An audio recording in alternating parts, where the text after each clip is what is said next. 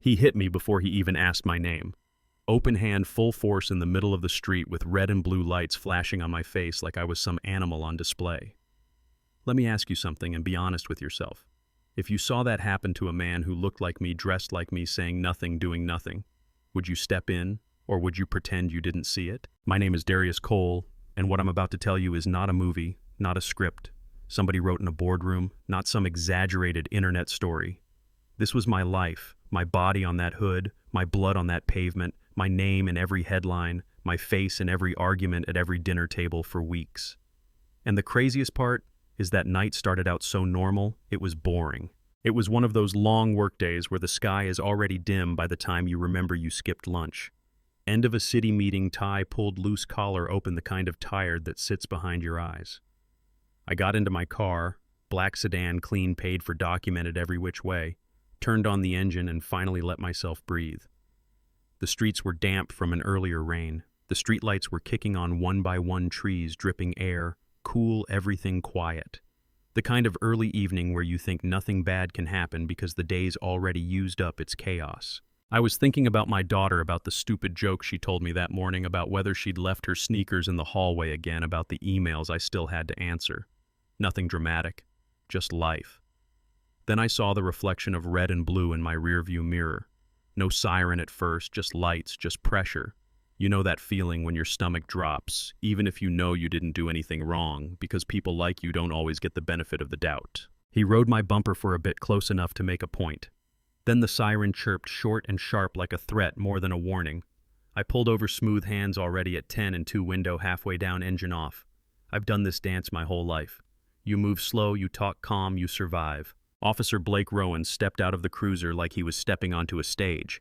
Big guy, heavy boots, shoulders squared up like he was itching for a fight. He walked up fast, hand hovering near his gun, eyes going straight to my face, then to the car, then back to my face, and in that split second, I knew what story he'd already written in his head. He didn't ask for my license, didn't say good evening, didn't say why he pulled me over.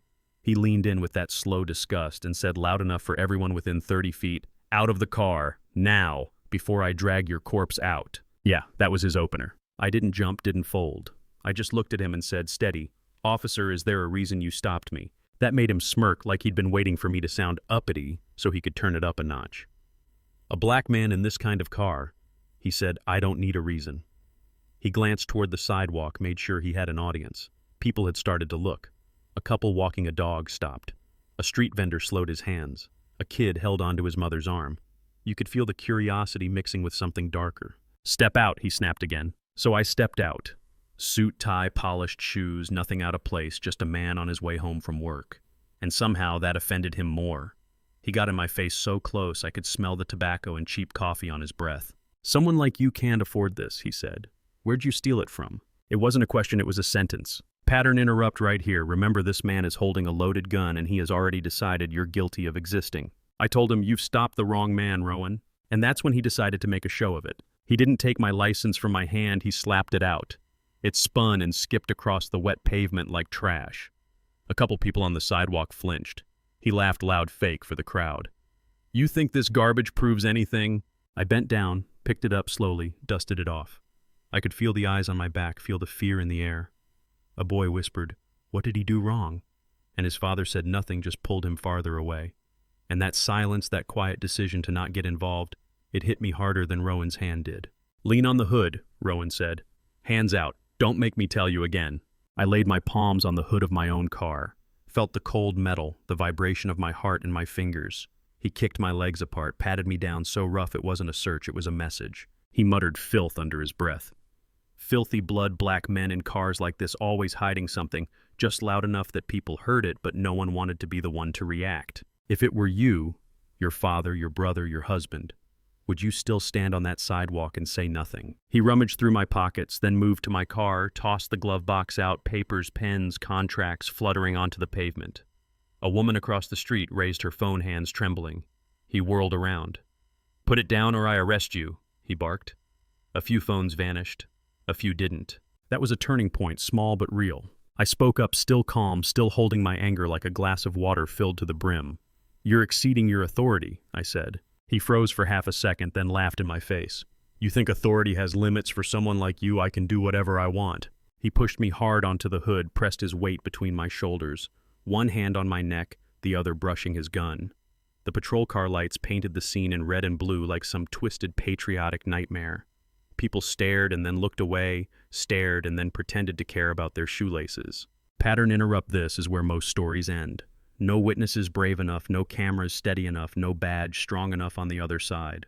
Just another man humiliated, another complaint under review, another file closed. But not this time. He whispered, I could crush you right here. No one will testify for you. You're alone. I turned my head just enough so he could hear me. You sure about that? He didn't like that. He hauled me upright by my collar, eyes wild, nose almost touching mine. And right there in front of everyone, he slapped me. Full force, loud, the kind of sound that empties a street. My head snapped to the side. Blood hit my tongue. A kid started crying. Someone gasped, "Oh my God, he hit him." Rowan turned to the bystanders. You see that he was defiant. I have the right. His voice for the first time shook just a little. I wiped the blood from my mouth, slow, deliberate. Then I looked him in the eyes, not like prey, not like trash, but like a man looking at another man who had just signed his own fate. What you broke isn't me, I said. It's the lie you hide behind. He lost it. Trash. I am the law here, he yelled, hand going back to his gun. You think anyone here is on your side? Look at them. They're quiet. And he was right about one thing. The silence was loud. But silence isn't always agreement. Sometimes it's pressure building. Phones started coming back up, some hidden low, some bold now. In the back, an older man with a cane called out, shaky but firm, "Keep recording, this needs to be seen." That line cracked something. Rowan saw it too. His eyes darted from camera to camera, rage and panic wrestling for space. "Anyone filming, I'll arrest every one of you," he screamed. I took a breath. This was it. Slowly, carefully, with his gun pointed at me, his hand still shaking, I reached into my jacket. The crowd sucked in air. He shouted, "Hands down, don't you move." I moved anyway. Smooth, controlled, no rush. I pulled out my wallet, flipped it open, and raised the badge so it caught every flashing light and every single camera lens. "Head of Internal Affairs," I said, voice steady, almost quiet. "For this entire jurisdiction." Everything stopped. You could hear clothes rustle, phones buzz, someone whisper, "Oh my God," like a prayer. A guy yelled, "He hit Internal Affairs." Rowan's face went from red to white like someone pulled the color right out of him. His hand fell away from his gun. He stumbled back a step, swallowed hard. He looked so small in that moment that people who'd been afraid of him 10 seconds ago started shouting at him. "You're done. We saw everything.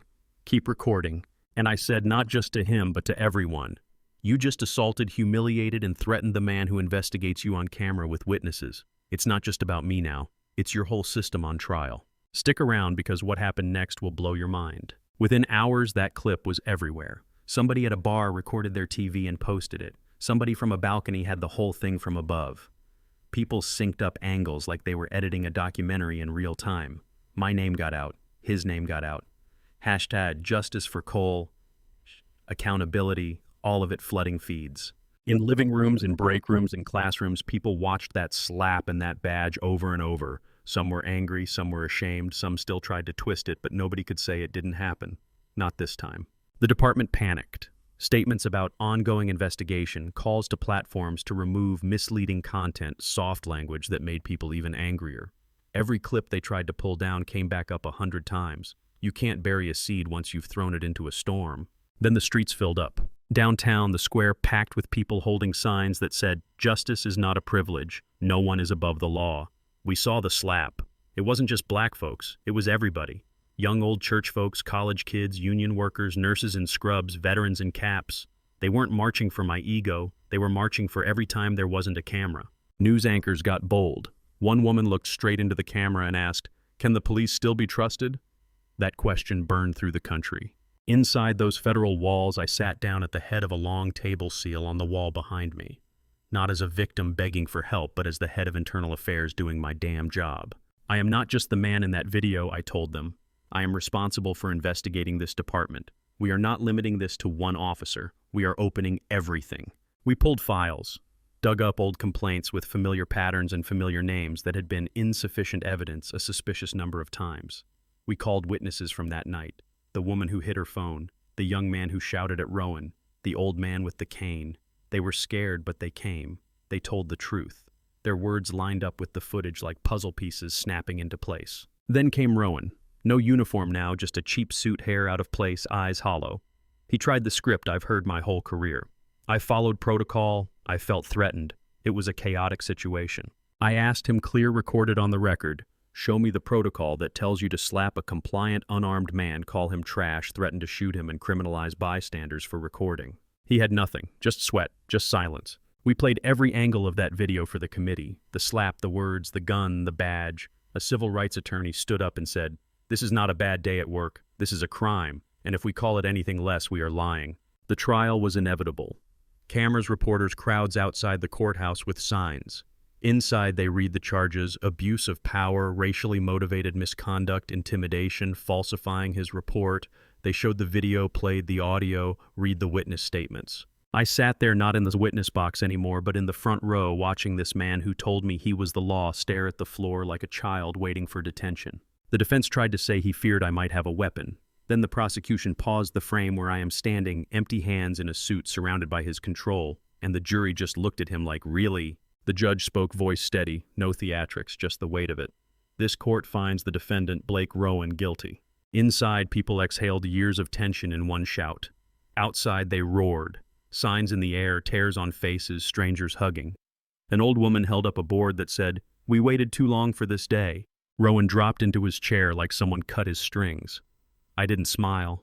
I didn't gloat. I just breathed, and I thought, one man down, a whole system left. Because here's where it gets uncomfortable again. A guilty verdict on one officer doesn't magically clean a dirty river. It just proves the water was really poisoned, like people have been saying the whole time. The pressure turned upstream. The police chief was dragged into city hearings. They showed him the pattern of complaints, the way nothing stuck, the way the same names floated through different reports and never saw consequences. Under cameras and public rage, he broke, resigned, walked out of City Hall under flashes and boos. His fall became another symbol. Lawmakers rushed to turn the noise into text. New legislation, stricter search rules, mandatory body cams, penalties for turning them off, independent oversight boards with actual teeth. Not perfect, not enough, but more than the usual "we'll review our training" speech. They asked if I would stand with them at a press conference. I told them I'd stand there, but I wasn't there to make them look good. I said one sentence they kept replaying: power is not a shield for humiliation. If we forget that we're not enforcing the law, we're destroying it. That line ended up on front pages, but the one that really caught fire was shorter, rougher, something I said in a small community meeting when someone asked about the crowd that night. I said, "Silence is complicity." 3 words, that's it. Next week, those words were on posters at rallies, on t-shirts and classroom slides, shouted in marches in cities I'd never been to. Kids in civics classes were debating what it meant. Parents at dinner tables were arguing about whether they had been silent too many times. Clergy were preaching about it. Activists were painting it on walls. People weren't just asking, "What did that cop do?" anymore. They were asking, "Where was I when things like this happened before? What did I choose not to see?" You feel that line in your chest a little, right? Good. You should. Not everyone was happy about the reforms, of course. Some old school officers grumbled about witch hunts and soft policing. A small, ugly group outside the courthouse yelled that Rowan was a hero, that the whole thing was political, that I was the problem. Yeah, that happened.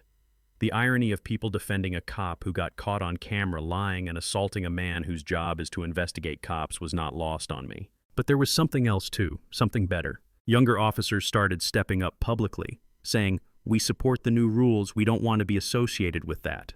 One of them looked into a camera and said, "I want my kid to grow up seeing the police as protection, not a threat, and that means we have to change." That hit me. Because that's all any of this is supposed to be about. Not making me a symbol, not trending for a week, but a kid somewhere not having to look away. People ask me all the time now, "Do you feel like justice was served?" Here's my honest answer: justice showed up that day, but she was late, and she didn't come alone. She came with conditions. She came because people filmed, because people shouted, because I had a badge, because the story went viral, because pressure piled up so high it was riskier to ignore it than to act. So the real question isn't, did my case get justice? It's, what about all the ones that didn't make it to your screen? If it were you out there with no camera, no title, no trending hashtag, would anyone fight for you? Or would people shrug and say, "We don't know the whole story," and move on? That's where I want to leave you wrestling a little. Because I'm not interested in you just feeling good that for once the system worked. I want you asking yourself next time you see something wrong, Are you going to be part of the silence or part of the evidence? Do you think staying neutral makes you clean, or does it make you comfortable while someone else pays the price? Justice in my story came with a spotlight, a courtroom, a crowd chanting my name. But real justice, the kind that actually changes things, happens in those small, quiet choices before anyone pulls out a phone. In the way you talk, the way you vote, the way you react when someone abuses power in front of you, the way you raise your kids, the way you refuse to laugh along or look away. So here's my call to you, not as some saint, not as some perfect victim, just as a man who's been on that hood with a gun to his head and a crowd full of eyes pretending they were somewhere else. Tell me what you think. Was the verdict enough? Do you believe these reforms are real change or just a bandage on something deeper? Have you ever witnessed abuse of power and stayed quiet or spoken up, and how did that go for you? Drop it in the comments. Argue with me, agree with me, call out the parts that don't sit right with you. Share this story with someone who still thinks silence is harmless. If you want more stories that don't just entertain but force all of us to look at ourselves a little harder, hit like, subscribe, send this to your friends, your family, your group chat, because at the end of the day, it's not my badge, my car, or my title that keeps any of us safe. It's whether people like you decide that silence in the face of injustice is no longer an option. And if this story did anything for you, I hope it did at least that.